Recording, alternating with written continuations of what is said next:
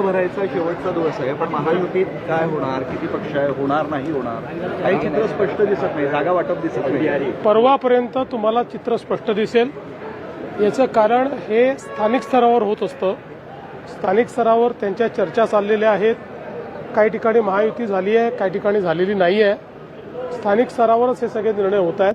त्यामुळे परवापर्यंत तुम्हाला चित्र स्पष्ट दिसेल. जागा वाटपाचा काही कलह आहे का? सुरू आहे. जागा वाटप वरून होतच नाही.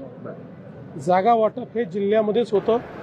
त्यामुळे जिल्ह्यामध्ये त्या सोयीप्रमाणे त्या पक्षांनी एकत्रित येऊन केलेलं आहे. जिथे महायुती शक्य आहे तिथे महायुती झालेली आहे. कुठे दोन पक्षांची युती झालेली आहे, कुठेच युती झालेली नाही. त्याच्यामुळे हे जिल्हा स्तरावरचा छोटी निवडणूक आहे. ही काही मोठी निवडणूक नाही आहे, ही काही राज्याची निवडणूक नाही आहे. त्यामुळे तिथल्या परिस्थितीप्रमाणे निर्णय होत असतात. हाच निकष महापालिकेला पण आहे. महापालिकेमध्ये वेगळा निकष होतो. याचं कारण महापालिका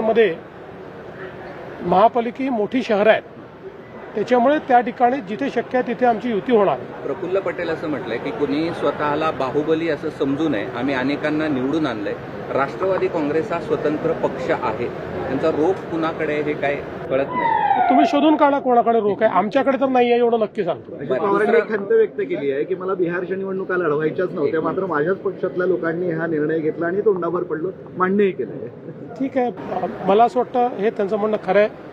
कारण त्यांची कुठलीही ती निवडणूक लढवण्याची तयारी पण नव्हती आणि म्हणून ते बिहारला गेले देखील नाही. पुण्याचा जो मॅप आहे, पुन्हा संभाजीनगरचा जो मॅप आहे तो व्हायरल झालाय रस्त्याचा, आणि त्यात काहीच लोकांनी खूप मोठ्या प्रमाणावरती जमीन ते सगळे तोंडघाशी पडतील.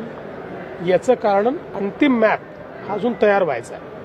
हा राष्ट्रीय महामार्ग प्राधिकरणाने 3 वर्षापूर्वी केलेली टेंटेटिव्ह अलाइनमेंट ती आहे.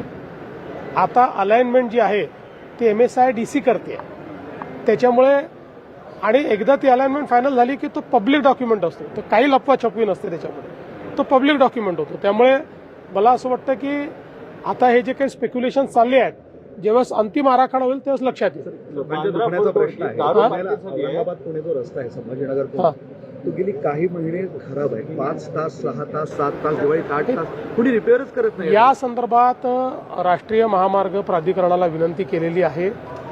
त्यांनी आम्हाला सांगितलंय की ते त्याचं रिपेअर्स हातात घेत आहेत. आपण पत्र लिहिलं होतं, दारू पार्टी झाली आणि त्याला राज्य उत्पादन शुल्क विभागाने परवानगी दिल्याची माहिती, त्याचा व्हिडिओ व्हायरल. अशा प्रकारची पार्टी व्हिडिओ मला काही लोकांनी सांगितलं, मी बघितलेला नाही. पण त्याला जर परवानगी दिली असेल तर कारवाई केली जाईल. तुमची car, electric panel, data server आगीपासून सुरक्षित आहे का? नाही? मग आजच बसवा F protect temperature activated fire suppression device. यामध्ये आहे eco friendly non toxic pressurised liquid, जे आग लागल्यास क्षणार्धात ऍक्टिव्हेट होऊन आगीवरती मिळवते नियंत्रण. बसवण्यास अतिशय सोपे आणि सुटसुटीत. टेकालिपचे एक दर्जेदार उत्पादन एफ प्रोटेक्ट.